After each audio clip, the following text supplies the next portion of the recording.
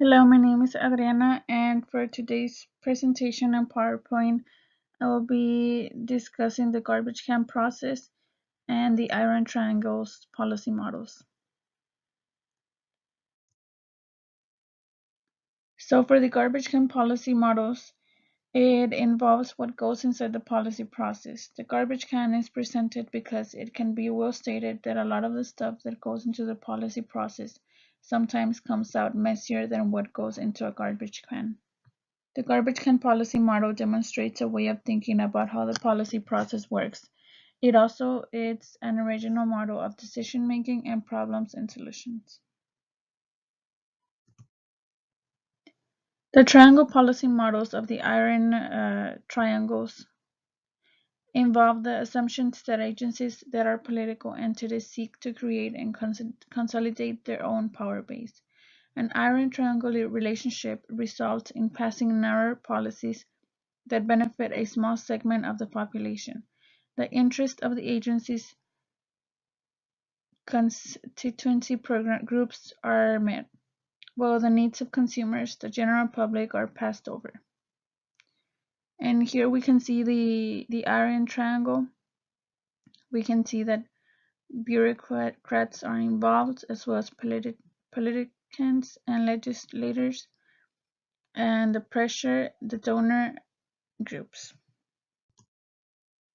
For the policy process of the garbage can model, it involves problems, solutions, participants, and choice opportunities. For the problems, they can originate both within and outside the organization and are in need of attention. One example is not having enough personnel to handle the workflow of the organization. Solutions, they are implementing by understanding the problem, planning and carrying out the plan. And an example of solutions involve the result of someone else's work before the problem existed. Employees would begin researching for ways of applying existing solutions in their organization problems. Participants are considered to be employers, contractors, volunteers, and the general public. The choice opportunities are decision-making moments such as meetings and contracts. For the policy process of the iron triangle models, I included the mass media, interest groups, policy experts, congressional staff and committees, and the bureaucratic agency. Interest groups provide campaign funds and political advertising which can influence voters at election time. Members of Congress can provide interest groups with friendly legislation while putting pressure on bureaucrats to implement programs and policies in a way that interest groups favor. And my opinion about how a crime issue is passed into a law is that it first passes to legislation and it is introduced as the bill or any criminal issue concerns.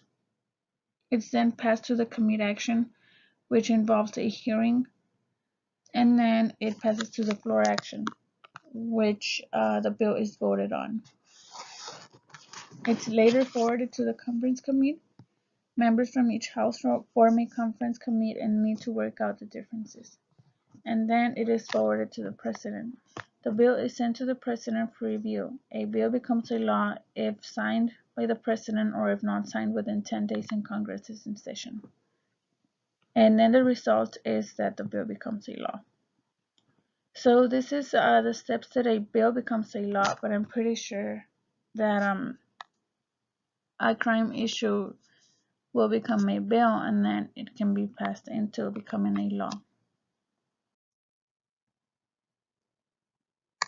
And my opinion about how the garbage can policy process model is effective for analyzing the federal government's response to the 911 terrorist attacks. I believe the garbage can policy process model is effective for analyzing terrorist attacks because the garbage can involves a model of problem-solving situations. For example, terrorist attacks can be decreased by implementing more security systems to prevent attacks from happening. Since we all know the garbage can also involves a view of organizational decision-making, it can also help the federal government respond to the terrorist attacks by providing problems and solutions as they are being generated. And these are my references. Thank you.